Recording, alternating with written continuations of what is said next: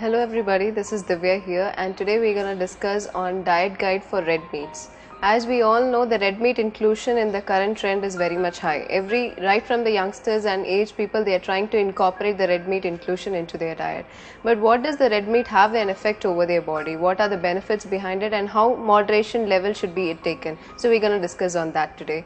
So red meat, basically what are the meats which come into the category of red meats are like beef, pork, lamb and mutton, which all comes into the red meat category. And what is the beneficial part about what's so special about red meat is it has major 5 essential nutrients which are not abundantly present in other meat products. For example, the protein as such, the protein is very much concentrated stores of in red meat, and the other nutrients like iron, zinc and vitamin B12, protein and saturated fats. So these are the essential nutrients which are abundantly present in our red meats. So how much it should be taken and in what form it should be taken, what kind of cooking method can be changed to make it very much available to our body. The form of iron and zinc which is present in red meat is it is very much available, it is well absorbed in our body, but when you compare to the iron sources which is available in other sources, it's not that much available. So it is very good that if we take good amount of red meat into our diet, the iron and zinc the nutrient is well absorbed into our body.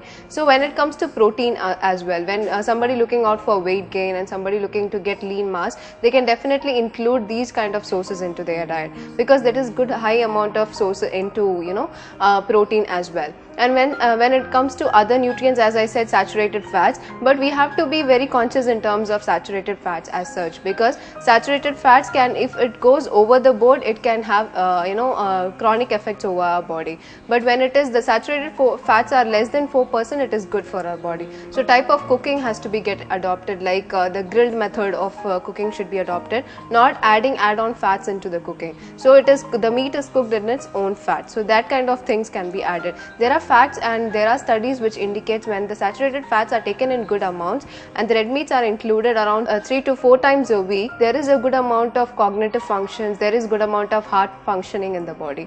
So we, as per this say, the Indians can also take red meats, and it is slowly getting into the diet as well right now, but in everything in moderation is good for the diet.